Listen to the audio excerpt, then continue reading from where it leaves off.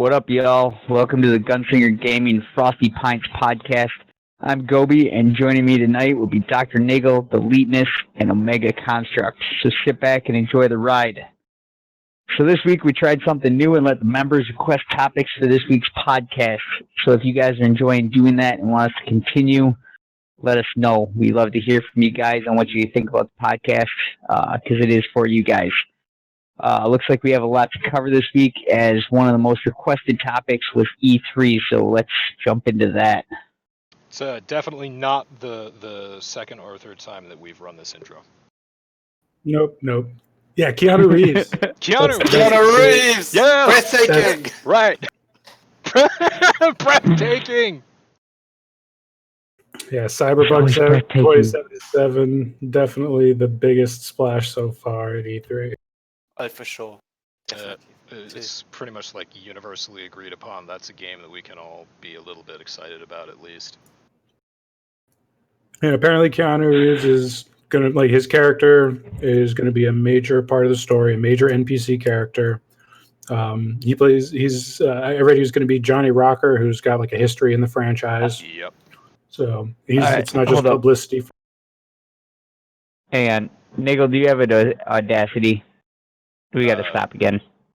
I do not have Audacity, but I'm not cutting. I'm leaving this in. All right. Well, you're gonna have to run the audio too, because I can't do it. The MP3 will sound like shit. No problem. I got it. We can do that. Yeah. Why would it sound bad on? Why would I only be the only one to sound bad to Gobi, but sound fine to everybody else? I have no idea. I literally stopped recording, and you sound perfect. So I'm gonna guess it has something to do with the RTC pipe. Some between New York and Wisconsin is not happy, but that's Discord's problem. They don't like our Keanu Reeves either. Yeah, no, actually, you're right. It's when we mention Keanu Reeves that maybe Discord's just having an orgasm.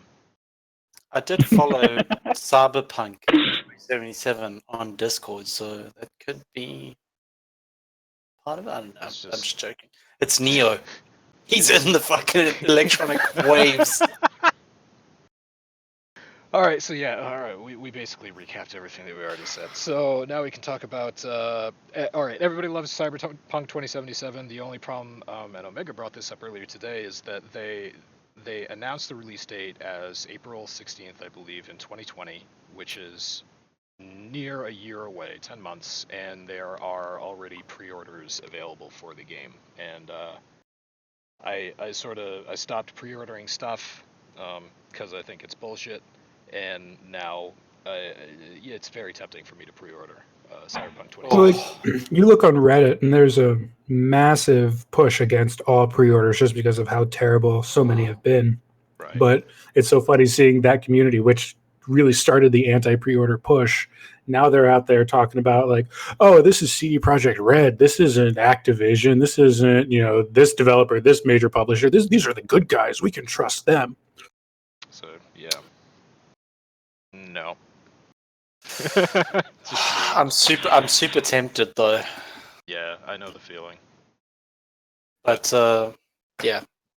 I mean, I'll more than likely buy it anyway. So it's one of those things where I'm probably going to get it anyway. So why not? Yeah. But what system are you going to get it on? Not system. Sorry, we all know which system you're going to get it on. But what store are you going to buy it from? Unfortunately, Eliteness, I hear it's not on the Epic Store yet. Oh, that's a pity. They actually released a funny image that kind of looks like it was taking a shot at Epic.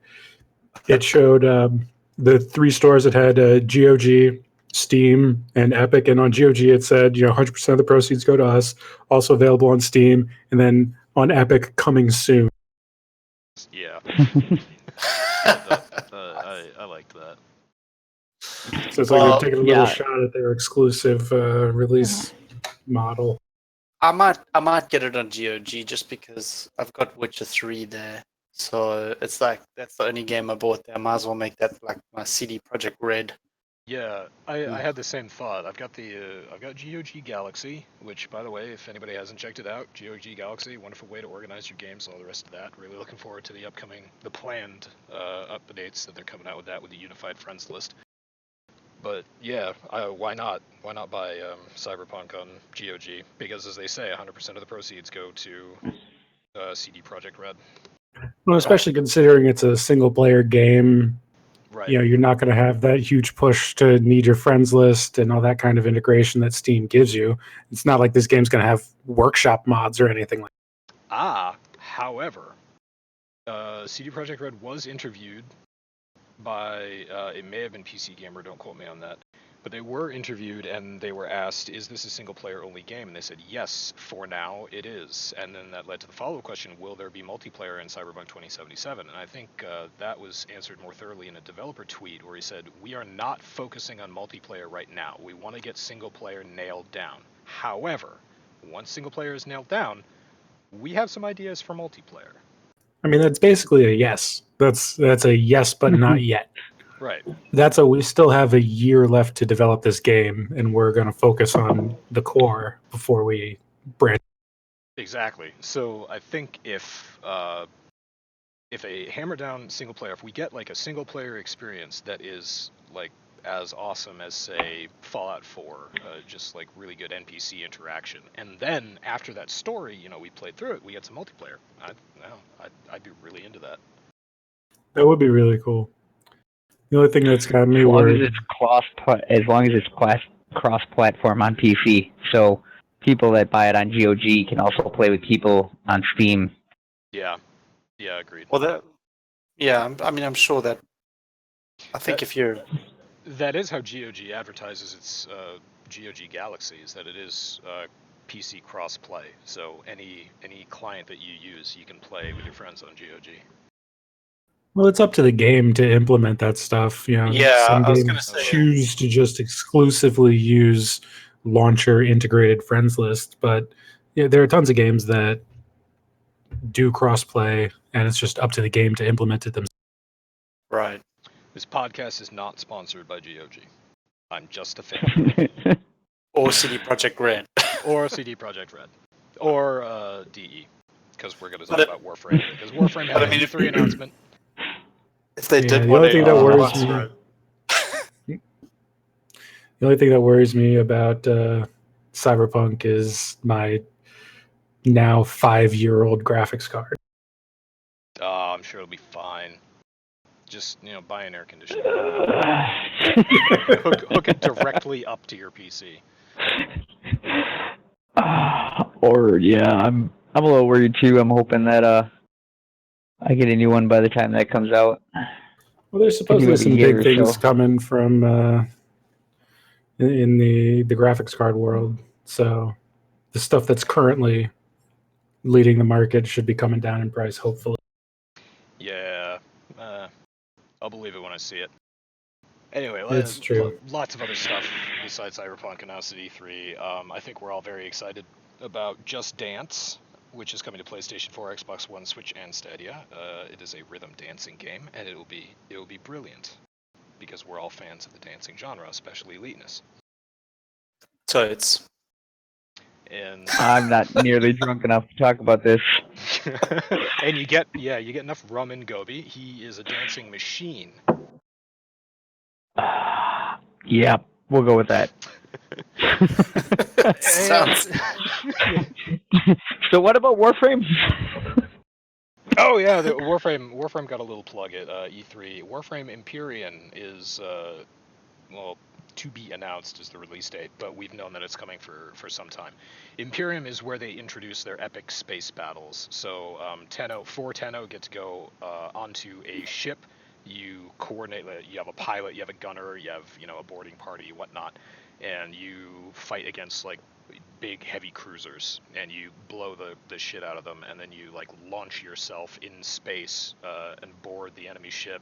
Sabotage some stuff. It explodes. You jump out of the ship, ride the explosion, the inertia, right back to your vessel, land like a badass. Big explosion in the back of you. Everybody claps. People throw panties, and it's great. So it's not called Railjack anymore.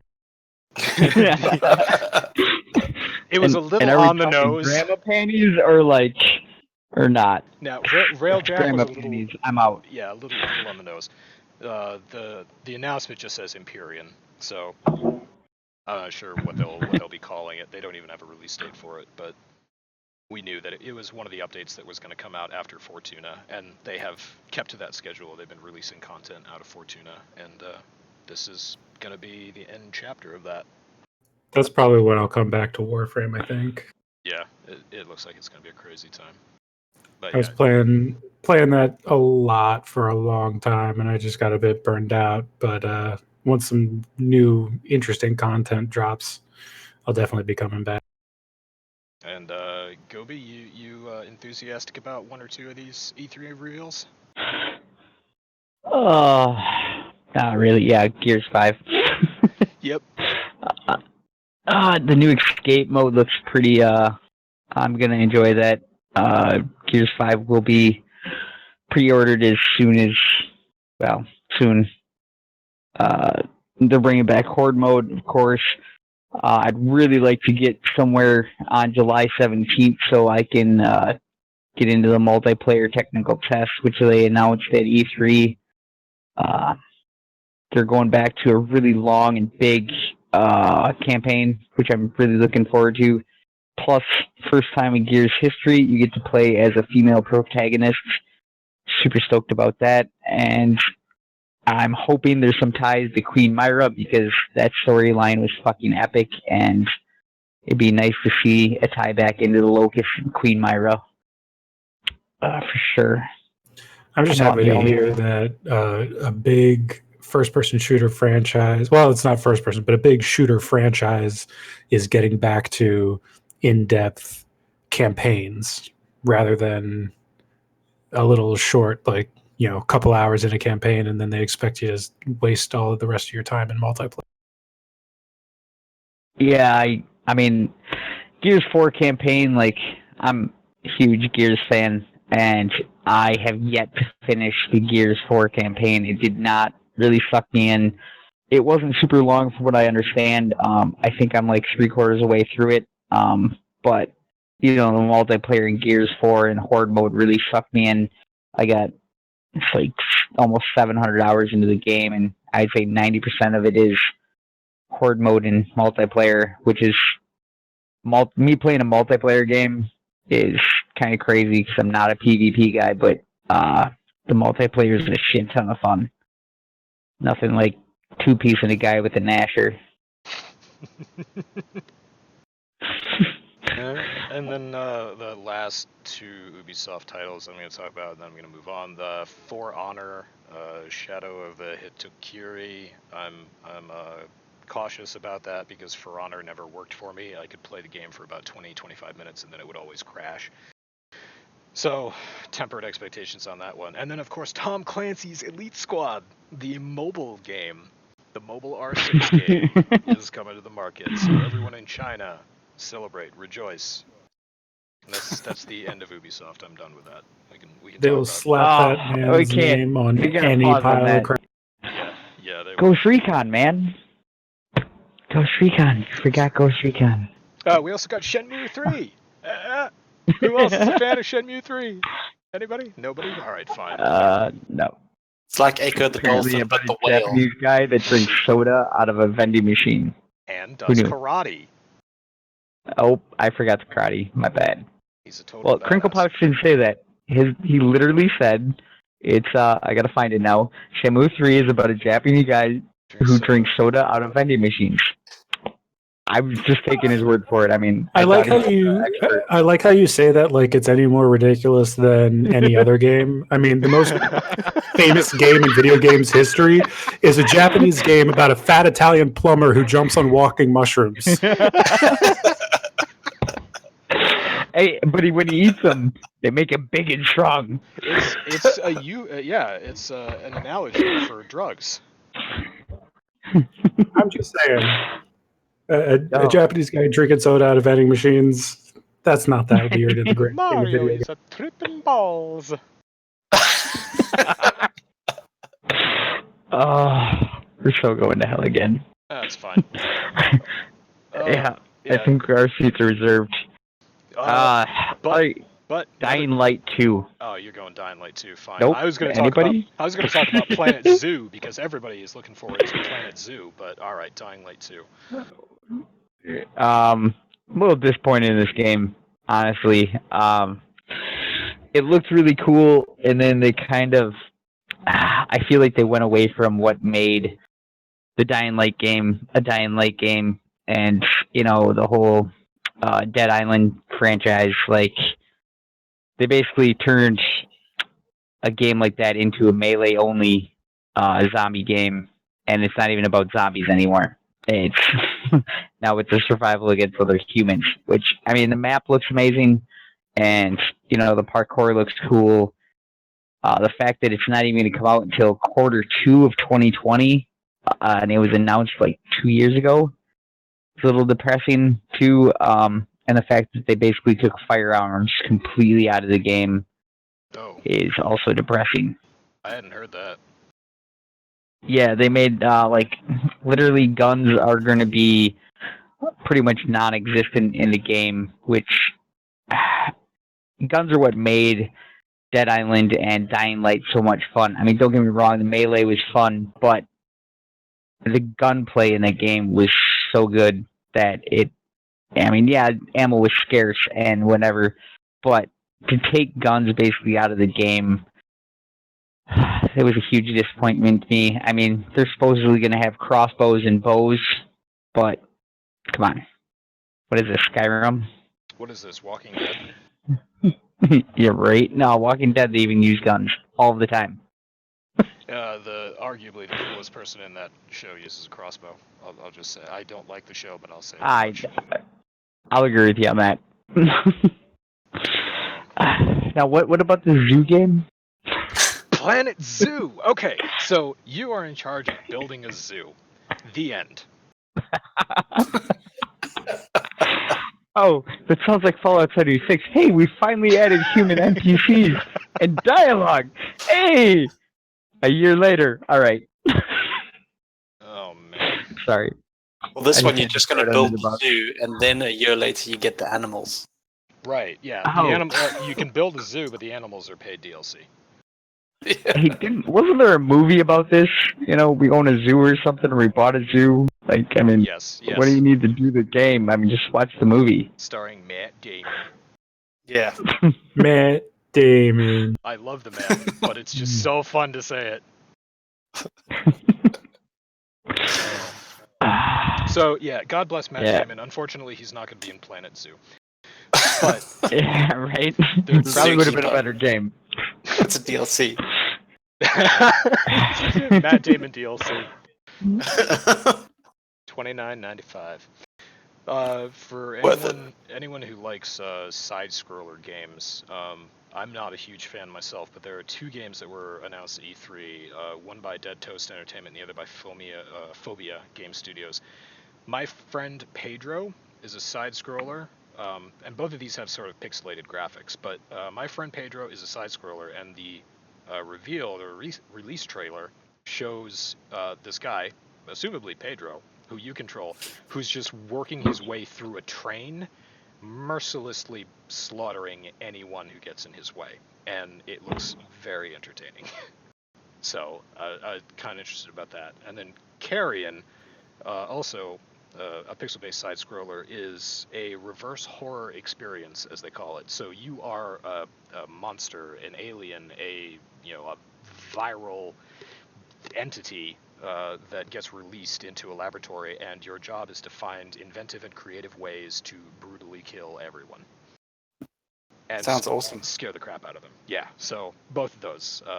Small studios I'm not 100% familiar with, but they look like they're putting out some entertaining stuff. Good to hear. It's always good to hear little guys doing shit. The premise sounds similar to Evolve. Yes. Where you're the monster and running around. Yeah. Killing. Hopefully it doesn't flop nearly as bad.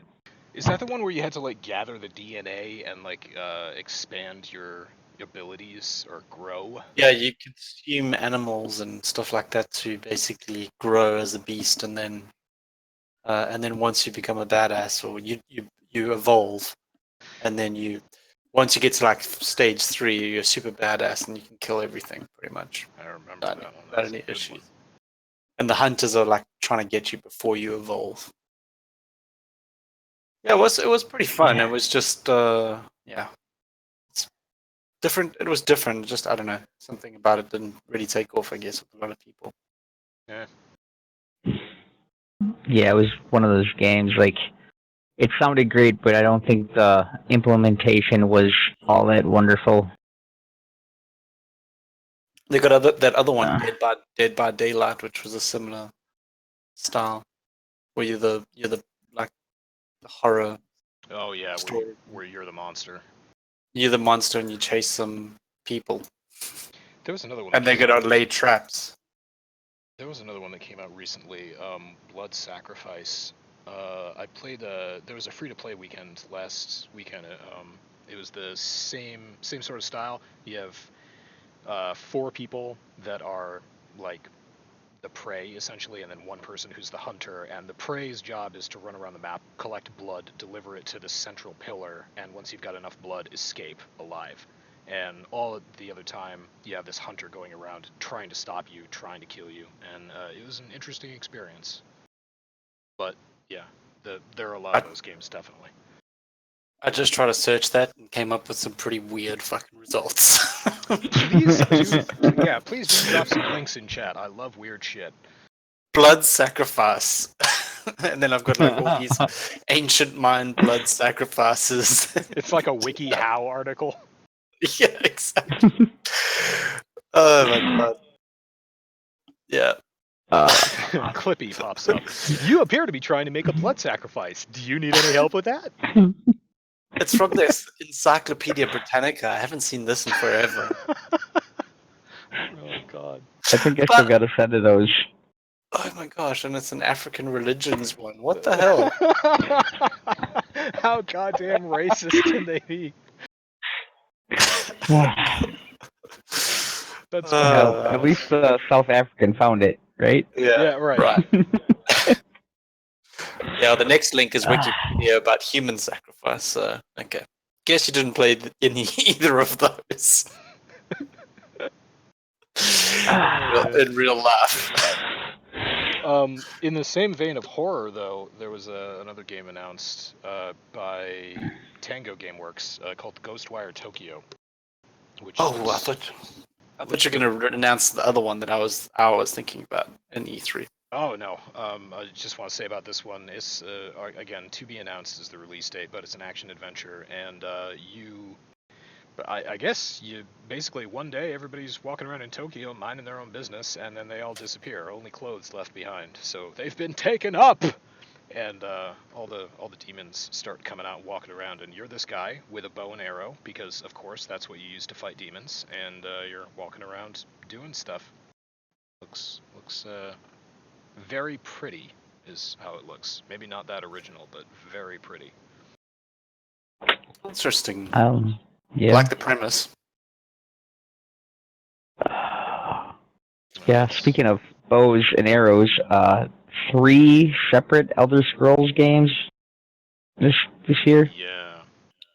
Well, I mean, we can all ignore Elder Scrolls Legends. I mean, let's just be honest. I mean, I'm gonna ignore all 3 of them. I don't do. Yeah, Well, I mean, Legends is at least being released on Windows. I mean, Blades is Switch and mobile. That's true, but then the other one, the third one was I'm gonna screw it up. Elsewhere. Yeah. Elsewhere. That's the current expansion for Elder Scrolls Online. Yeah. But I've they've played got that some game in additional forever. content. I actually bought the expansion and I've been playing a little bit of it, and the new Necromancer class. It's pretty cool. I'm enjoying it. I haven't really been a big Elder Scrolls player though. No, neither have I. What I enjoy most about Elder Scrolls are the memes. I've never played a single one of them. It's really entertaining to try and watch the NPCs carry on a conversation with each other. That much I know. They're epic games if you like hack and slash. if you're not a hack and slash guy, just keep moving because you're probably not gonna enjoy them much. I think if you like the MMO, if you like the MMO makeup of a game, you'll like Elder Scrolls Online. It's very much like your WoW, but different, but WoW-like. Do you have another game on E3 that you wanted to bring up? Horror story, yes. Horror story. Because you went into the horror. Right. Blair right. Witch. The Blair Witch Project. Oh yeah. There's a game coming out to Xbox for Blair Witch. It only took them how many years? But it's by the creators of Layers of Fear, which is kind of interesting.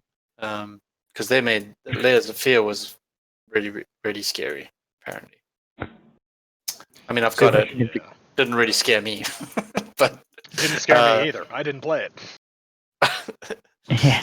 But yeah, so I mean, I enjoyed. I remember watching the Blair Witch Project when I was young, and well, wasn't that? But when I watched it, I went to the movies thinking that everything that was going on was real because I didn't know anything about the story or anything like that. So I watched the whole thing believing everything was a documentary. Oh, yeah. And even after everything had finished, I still thought it was real. I was like, holy shit. And then I saw the fucking Academy Awards and they were on the and I was like, oh my god, it was all a fucking fake. I was so mad. I'm so sorry. And now I'm mad that they're not bringing it out on PC, so I'm probably never going to play it. Anyway. What about you, Omega? What are you looking forward to? What interested you at E3? Well, one thing that I noticed is, speaking of RPGs, that is conspicuously missing is no mention of Fable 4, which is something that's been rumored for a very long time. Yeah. And you want to talk about RPG. See, like that is probably my favorite RPG ever. We played that in college. Yeah. So, like, if there's any game that would ever drive me back to a console, it would be the return of the Fable series. Probably, to me, there's no question. Crossplay, so you're good. There's no question. It's the best RPG that I've ever played for me personally. Well, I think I played Fable 2. They had that one Fable game that Microsoft was trying to release that was a huge flop recently. Oh, was it? Was it Fable Legends or some crap? Yes, Fable Legends, and it Lionhead Studios did it. Yeah, but Microsoft canceled that one, so I don't know if that could be part of the reason why you're not hearing any mention of anything. Oh man, yeah, shut down in April 2016. Canceled cooperative action role-playing video game developed by Lionhead Studios. Yeah, I played the beta for that. It was actually pretty interesting. I didn't really understand why it got canned. It looks goddamn beautiful. Yeah, it was fun. The head of Xbox. The head of Xbox hinted at Fable 4 at last year's E3. Oh, okay. I mean, that would be really nice. Interesting. Yeah, it definitely would be. It would make sense for them to, I guess, announce it next year at E3 and have it be like a major title for Project Scarlet. Speaking of that, that's going to be released Christmas season of next year, which is interesting. I didn't watch the reveal because I'm not really all that interested, but it does sound interesting. Plus, that should mean we should get a PS5 probably next fall sometime too. Or do you think it'll be next? No, I guess in 2020. I'm thinking it'll be 2020 as well. Those two consoles, I don't think, can afford to not release together. Right. Yeah, I think if you put too big a gap between them, and the second one that comes out is going to be way too far. That's why Nintendo was so smart with what they did, because they knew they couldn't compete in the hardware department, so they just took a left turn with with the Wii and now with the Switch, and yeah, they can do their They own thing definitely on their own struck gold schedule. with the Switch. Yeah, they did. I mean, the only other hardware that's interesting me at E3 was obviously the Xbox Elite controller. Series 2 is coming out. They finally added Bluetooth, and I believe it has a rechargeable battery inside now, so you don't have to keep swapping out batteries. Supposedly gives you 40 hours of life per charge, which is nice. And they went to a standard USB-C cable. It's also, again, nice and smart of them. And of course, the other hardware was Project X Cloud, which I didn't really look this up, but it looks something for mobile gaming. Anybody? No? On the Like- list like of me. things for me to get excited about in the video game world, a That's new not it. controller is not one of them. I did. It's for me because it's gonna finally replace my. I have an Xbox that I use basically every day when I game. But I really wanted Bluetooth on this one because, yeah, it would be nice to have, and I'm glad they Always- finally. I've Yeah, always been a quality of life. utilitarian kind of guy with that kind of thing. Like, I would rather buy a base level standard controller twice as often than spend 3 times as much for a fancy version of a controller. Yeah, Oh, sorry. I was just see that.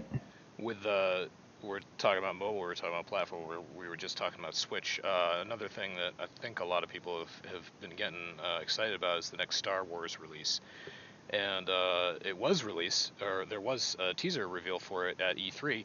The next Star Wars game, Lego Star Wars: The Skywalker Saga, coming to PlayStation 4, Xbox One, and Switch in 2020. So everybody enjoy your new Lego Star Wars game. It's gonna be great. Why can't they make fucking Star Wars games that aren't goddamn Legos games? How dare you? Well, there's the new one. What is it? Jedi: The Fallen Order coming out. Yeah. Yep. That looked good, actually. I mean, I was pretty enticed by the gameplay. It looked really cool. We're gonna. I think we're gonna actually have like a 2020 that's packed with Star Wars, because not only are we getting a new movie and we're getting at least one new game, but the writers for Game of Thrones are going over to their Star Wars project, and we're probably gonna see a lot of reveals and trailers and crap for that as well. So 2020, a lot of Star Wars, I think. Now, if you have kids, the Lego Star Wars games, forget all what these guys said. They're actually really good and a lot of fun to play for kids. And if you're playing with your kids, they're great. If you're a grown adult trying to play a Star Wars game by yourself, I can see where they're coming from. It's like an adult watching Blue's Clues and like writing a critical review about how the episodes don't make sense. It's like, yeah, what are you, stupid? I'm just waiting for the next Force Unleashed. Oh no, I don't think it's ever gonna happen. I think they took too much shit from the second game. I think they're done with that. They're gonna move on to. You know what? I'm surprised we haven't seen is a KOTOR reboot. That would be interesting, and that would be cool. I could get behind that. Yeah, actually, speaking of good RPGs, that is one that I did fall in love with way back in the day. Oh yeah, absolutely. Well, Gobi, Eliteness and Gobi, you're both right. Yeah, in November this year, Jedi Star Wars Fallen Order.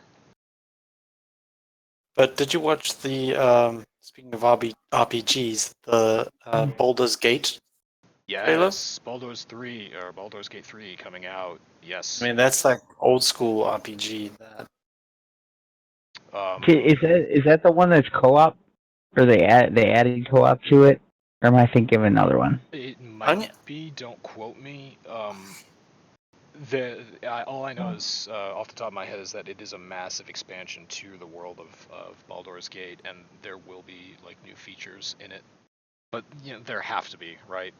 When did Baldur's 2 come out? That was like 2002. It's a D&D style party game. Yeah. So, but the trailer looked really cool. I mean, it doesn't really do much, but it looks gory, and it's kind of gone like where a lot of ARPGs haven't been going. So, which is quite cool.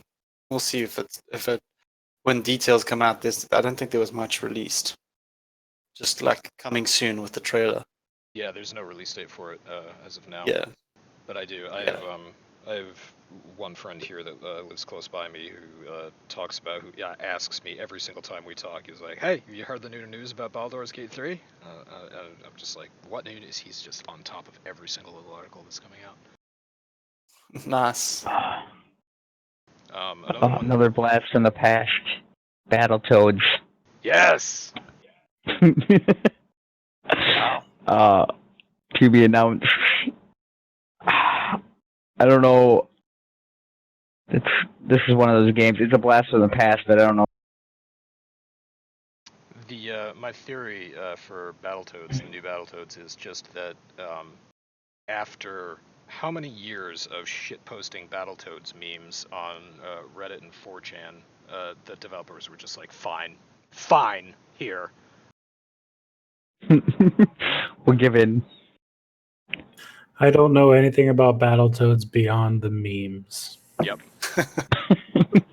I know it's a game that existed, and that's pretty much it. It is one of the best games of all time. It's a game that existed, and there were a lot of memes and prank phone calls. Oh man. All right. Yeah. And the last one I was going to mention. Oh, sorry, Goey. Any of you guys? This is a game you guys would have played. Ori and the Blind Forest. Did any of you guys play that? No. Nope. Yeah, I think I played it on Xbox. It looks like they're releasing another one in the series, Ori and the Will of the Wisp. Yeah. They look beautiful games. They're not my type of games. It's a platformer style game, so yeah. It did look really pretty, though. Yeah, it is. What is a Metroidvania genre? That is a damn good question. Metroid. Yeah, like the old school Metroid? Metroid. Yeah, okay. So that actually became a genre itself, that which is kind of cool. It's like Cowboy Bebop. I'm cool with that. Yeah. That is a genre. People refer to it as like a Metroid-like game. Pretty sure that's a thing. I am so out of touch with the young people. I think that's more like the old school. That's pretty. Metroid's really old. Yes, Maybe Metro was amazing. Samus was a beast. Did you see the trailer for Destroy All Humans? The remake of that old game. Okay, now I'm into that. The PlayStation 2 game. Yeah, I remember. What is it? Attack from Mars or Mars Attacks? It was called Mars Attacks. It just reminds me of that. Yeah, it's basically a video game based off of that, but they didn't get the intellectual property rights for it. Oh, cool. All right, Chinese knockoffs. Hell yeah. And they use Rammstein as the music for the official reveal trailer. I'm in. Was it Dumas? I can't remember which song it was, but Let's find out. It was good. It's a really cool little trailer. So I think that might be a fun little game to play because you fly around in a flying saucer abducting animals and humans. So Destroy All Humans is going to be released on all platforms, console and PC. It will. Yeah. And the song that was playing during the trailer is Firefly. Oh, there we go. Yeah, that was it. Yeah. Pretty good, though. I will definitely be getting my hands on that game. I think so, too. I think I'll definitely do it just for some fun.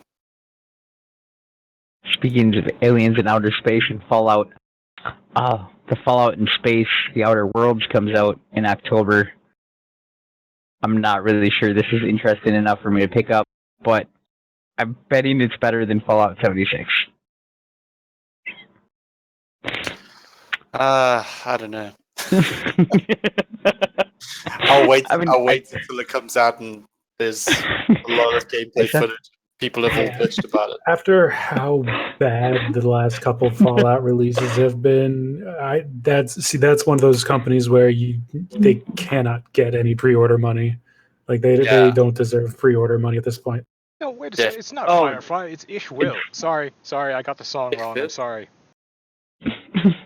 It's The Outer Worlds is by Obsidian Microsoft, but it's basically Fallout in outer space, which is the Fallout reference that I was talking about. I think it'll be better than Fallout 76, but that's a bar that is pretty low. And I agree, the last two Fallouts have just not been great. Yeah, Obsidian has burned a lot of goodwill in the audience. For sure. Yep. Holy shit, SpongeBob SquarePants, Battle for Bikini Bottom, rehydrated. What is this, the year for who did? I don't mind. There's one other one. Where did they? Oh, yeah, it's not old though. Go for it. I mean, I'm surprised no one brought up Halo Infinite in this conversation. It's too far away yet. We still got a whole another E3 before it comes out. It doesn't come out. It's going to release with Project Scarlet, which means it's not going to come out until Christmas of 2020. I'm more excited for the Master Chief Collection on PC, which I'm actually pretty disappointed that it was not at E3. Like, they did 30 games from Microsoft, and not a single one was Master Chief Collection on PC.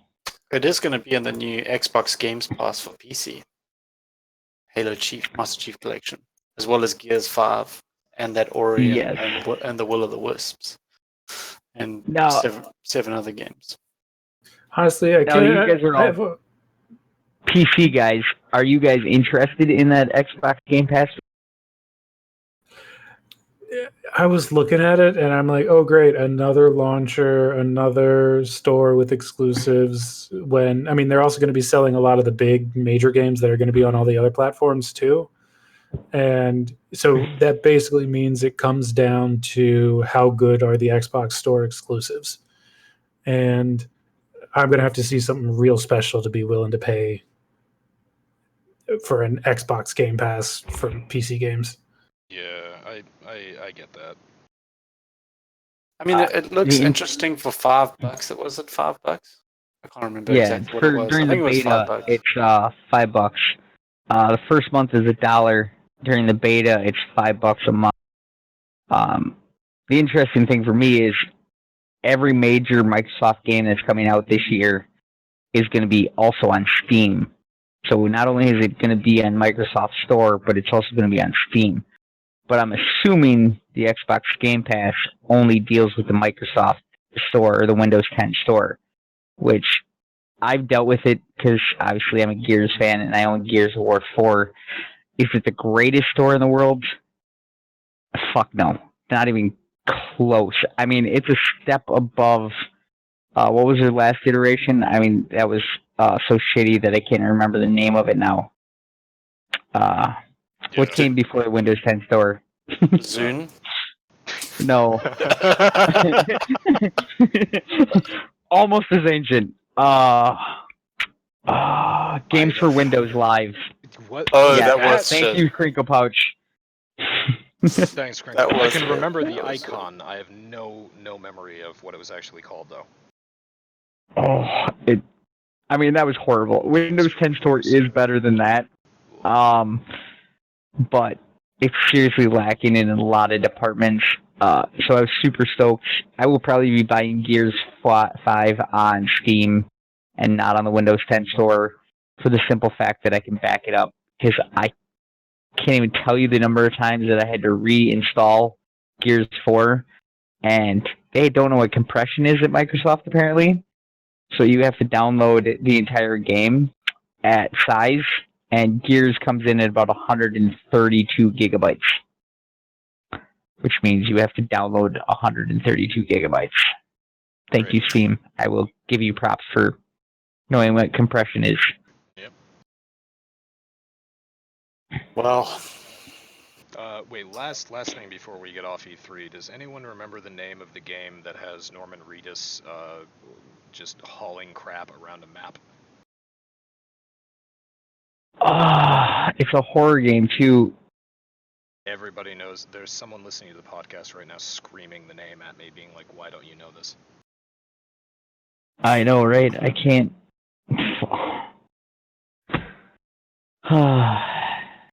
I'm losing it. Death Stranding. Yes. Death Stranding. There you go. Yeah. I didn't notice if they've talked about this at all at E3 yet, but I may have missed it, or it may just not have come up yet. But it's actually a PS4 exclusive, I believe, and PlayStation is... Gotcha. Okay. Yeah, that makes sense. Yeah. But still, fucking Sony. It's one of those things like God of War. I seriously considered just buying a PS4 so I can play that, but then I get into the whole thing about like, well, you suck with controllers, so you're probably not going to have a good time. I mean, not that I condone this, but there is, like it's called XIM or whatever, XIM, and you basically plug a mouse and keyboard, and you use a mouse and keyboard instead of a controller. It sounds like going to a whorehouse and using the community condom. Well, pretty much, but I mean, at least you could use your mouse and keyboard. Alright. Yeah, well, no, it's the same thing at the whorehouse. Yeah, it's gross, but at least you can still have sex. I didn't say it was a smart idea. Right. I just said it was possible.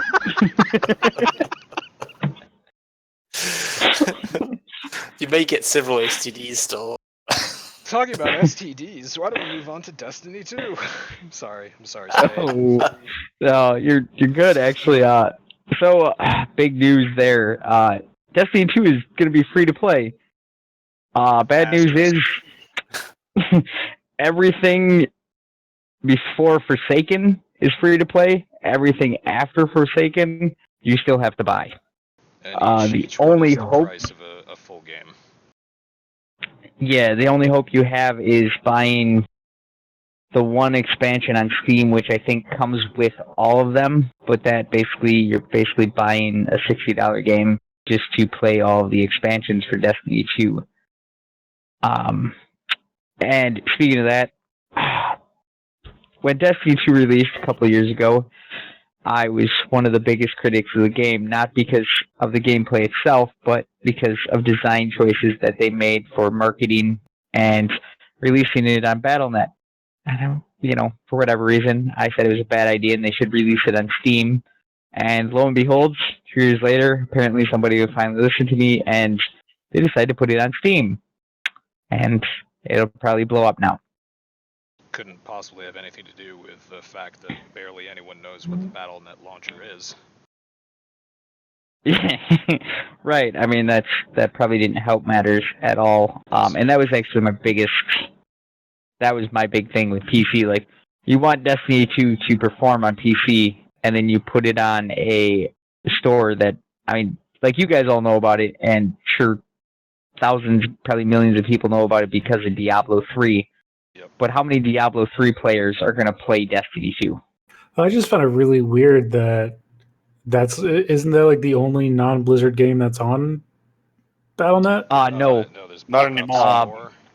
Yeah, Black Ops 4 is now too. Cause and Blizzard. And Modern Warfare. Modern Warfare is coming there too. Yeah. Oh, jeez.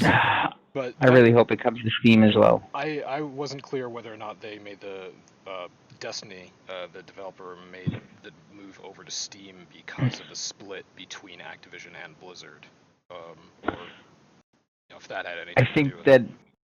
I think it did. I think Bungie splitting with Activision, you're going to start seeing a lot of good things happen for Destiny 2 because of that. I have a feeling that the really crappy Year 1 DLC and a lot of the issues that people had with Destiny 2 was pretty much on Activision and not so much on Bungie. I mean, Bungie did kind of shit the bed on some things, but I have a feeling it was more Activision's greed and, pressure that didn't really help much. And now that they went separate ways, I think we'll see more better things for Destiny 2.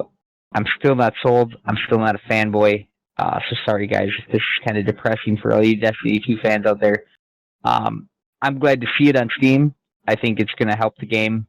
I'm looking forward to adding a whole bunch of people to the clans and telling a bunch of people that we're full, because I'm sure that's going to happen as soon as it goes free to play. Leetness, I'm sure, is looking forward to it as well. But, I mean, it'll be interesting to see. One thing that might be worth actually talking about, I know it's been beaten to death, but this kind of is bringing it back into a relevant discussion, is the Warframe versus Destiny 2 discussion. And with them switching to a partially free model, and then also some of the things that they've announced are coming in the next expansion. They're like opening up more gear, more like mod slots on gear. They're making it so that the individual user has more room for customization. Looking like they're like going away from the sort of RNG drop into a more user customizable build setup. It seems like the Warframe model is having an impact on what Destiny 2 has been doing. I would agree. Because but you know what happened? They Destiny 2 developers played Warframe and said, "Holy shit, this game's shit ton better than we need to do what they're doing." Likely. Right. Well, not just that, but also like, you just look at the fan bases. I mean, Warframe's fan base is rabid. Tens of millions of users who and really then like the game. Destiny's fan base is always bitching. It's true. Yeah, I mean, the game is definitely better now than when it released. It has made great strides, but if you compare it to, we can compare it to Warframe from when Warframe came out back in 2013 to Warframe in 2015, and I feel like Warframe did more in 2 years than Destiny 2 has done, and I mean, I guess we'll see. I mean, Warframe's been out now for 5 years. Well, Warframe is also a true constant development model. It's not like big chunk here, wait another 2 years, big chunk here, wait another year, big chunk here. They do have those big chunks, but all along they're still, but even in that, they're still adding and changing little things every single week. I mean, they're adding new frames, new weapons, new prime frames, like all kinds of stuff, just continually growing the game and adding in new elements to it and new stuff. Some of it's really big, like the upcoming Empyrean release. When Fortuna dropped, that was huge. But in between that, they use these big releases as platforms for a bunch of little smaller releases in between them. And it's like a true continual development model rather than a game that gets, periodic large updates. It is a good way to keep people interested, for sure. And we did just have the Wolf of Saturn 6, that event that went on for almost 2 months. Over 2 months? And it was a good chunk of time. And we get another episode. There's another, episode scheduled of that to come out before Empyrean even hits.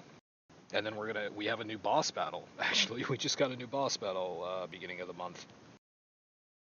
So I agree. Constant development model plus a fan base that actually, that's the other thing DE does. They listen to their fan base a lot, and surprise, surprise, people respond positively when they make changes that the whole community wants.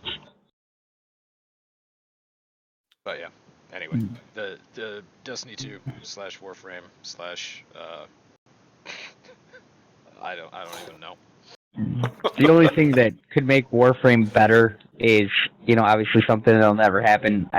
We have all had this conversation plenty of times in chat and stuff, but crossplay would be the only thing that would, I would say, really improve Warframe. But for obvious reasons, it'll probably never happen.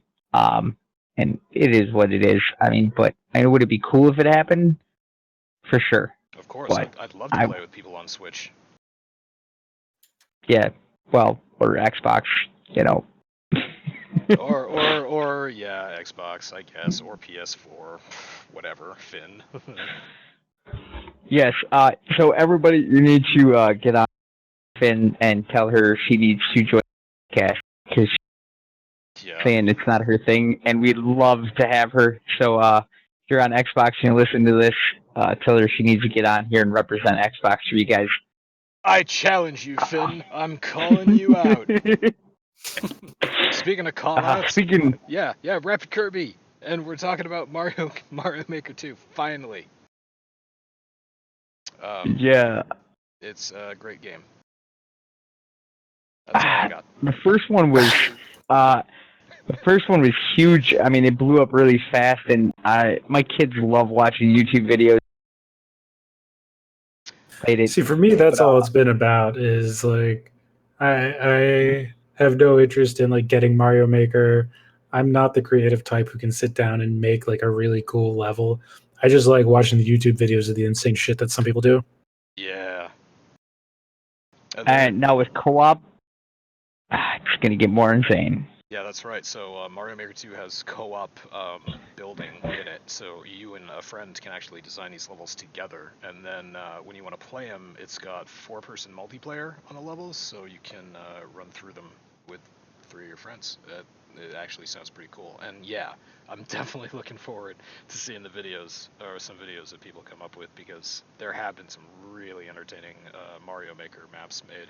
Well, one thing I'm really looking forward to is seeing, like, and I love it with Mario, with the first one, is tool-assisted runs.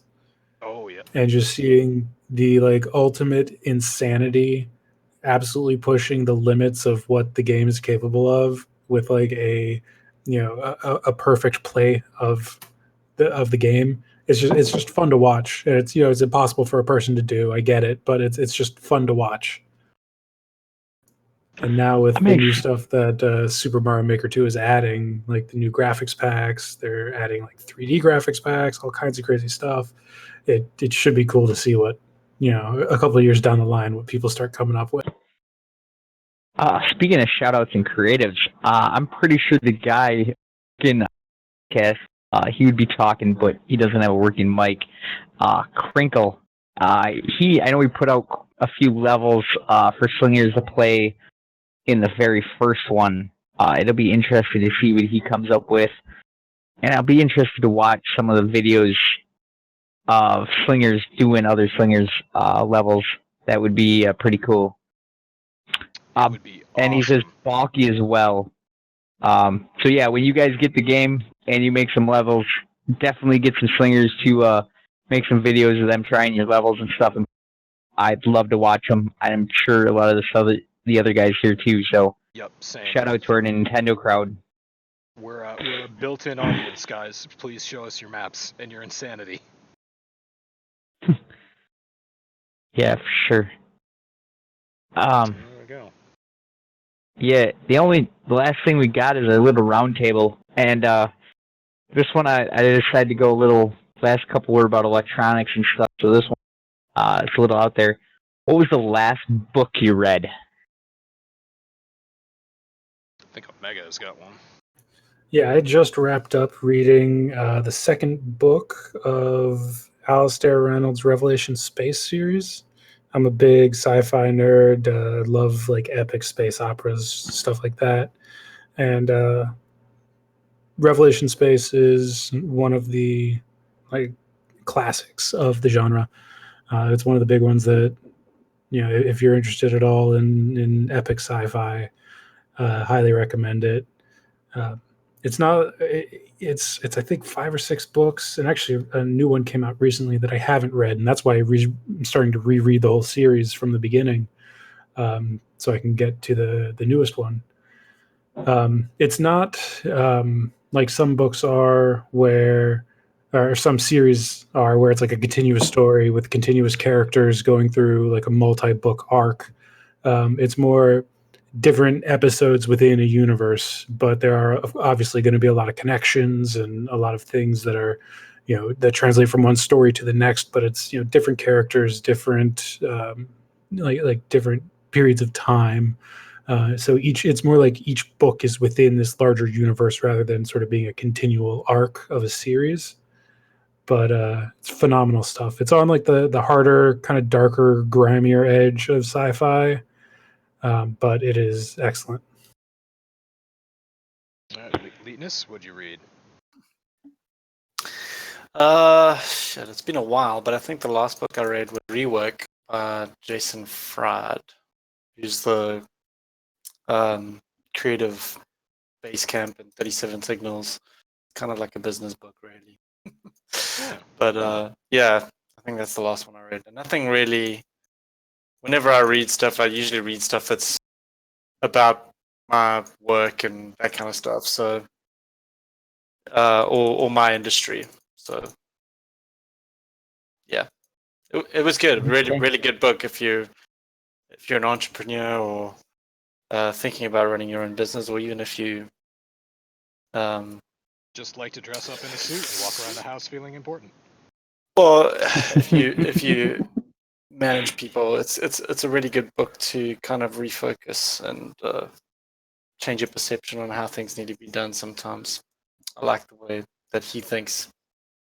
Nice. Kind of runs multi-million-dollar company with very little staff. So he doesn't grow his staff. He just makes them more efficient. All right, Gobi. Anyway, yeah, so boring. No, not boring. Mine is an old one. Robert Ludlum, the Marquise Countdown. It's about a CIA agent and a KGB spy, and basically, it's a crazy story. But Robert Ludlum is one of my favorite authors. He did a great job. Most people know him for the Bourne series. This is another one of his little series of books. And it's kind of along the lines of the Bourne Identity, Bourne Ultimatum type deal, but it's different protagonists, different era. And it's pretty interesting. If you get a chance, check it out.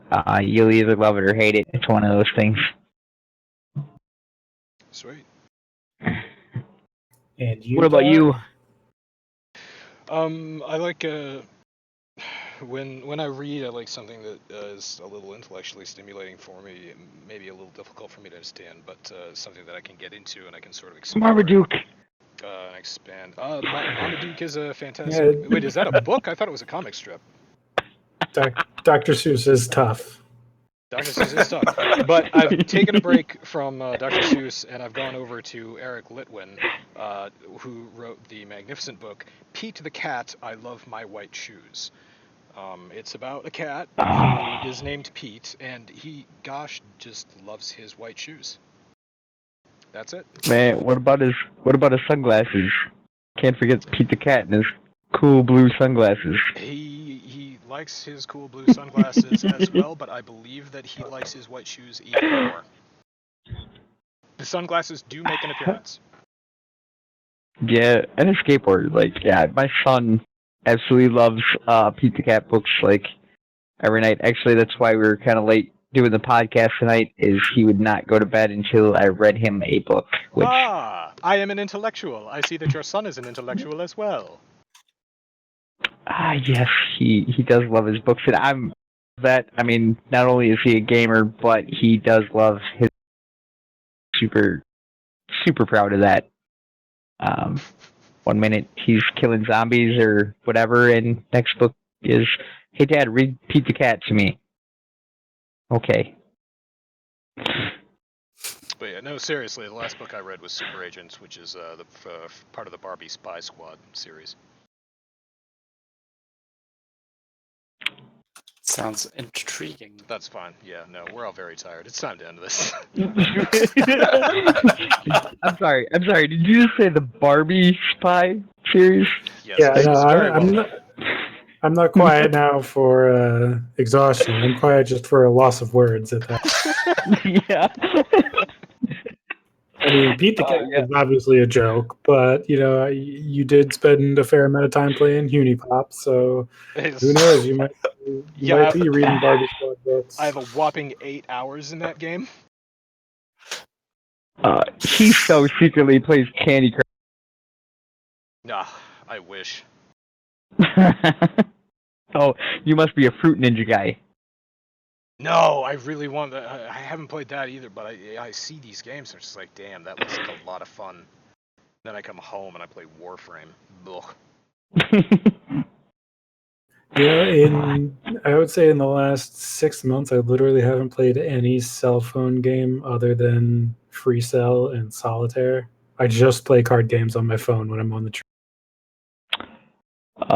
Last mobile game I played was Max Payne. Mainly because I also watch or listen to podcasts or YouTube videos and shit when I'm on the train. So I just have them in the background while I play cards. But yeah, I haven't played a real mobile game in quite some. The problem is that Omega and I have been we've been playing some RimWorld, and that occupies some of my reading time. And then we also we were talking about getting a game of Endless Space 2 going as well, and so I've been reading up on how to use one of the factions in that game. So I've got all this stuff to read, and I usually am, reading a book or playing a game on the train. Wink, wink. It means the bathroom. But I got all this stuff to read. So I haven't got a lot of time for mobile games anymore. Because what am I gonna do? I'm gonna sit in front of my computer and play a mobile game? No. Yeah, I don't really. It's been a while. I'd much rather read, about stuff, video games. RimWorld is one of those games that will suck up hours and hours. It's like a game you sit down and start playing, and then all of a sudden it's 5 hours later. You're like, where did the time go? Yep. And there's a ton And of mod stuff. support. Yes, and there's so many mods to look through. My God, there's no official catalog, which drives me nuts. It is arguably the most moddable and modded game that I've ever seen. Arguably one of the most mod supported games out there. Certainly one of the mod friendliest. I mean, going back to playing Space Engineers, we would slap 20 or 30 mods on a game, and it would start chugging. Something would go wrong, a mod would conflict, and the game would be unplayable. RimWorld, 100 mods, easy. Yeah, I just checked my mod list. Yeah, I just checked my mod list the other day. I've got 117 or 118 mods on there right now. Yeah, and the game runs smooth as butter. Yeah, it's the only game that I play like that is Arma 3, and it's so nice playing a game that has so many community mods and that work well together and add so much function to the game. Mods from community are amazing. More games should have them. I think we all can agree on that. Absolutely. Linus? No, Linus is busy playing PoE. Yeah, we lost him. Well, we should probably wrap it up. I see you on Steam. Well, thanks guys for coming. I appreciate it. Thanks Omega for joining us. Hopefully we have you on again. Thanks for lurking, Crinkle, and helping out even though you couldn't speak. We appreciate it. So hope you all have a good night. Yeah, Peace. sounds good. Later. Guys. Bye.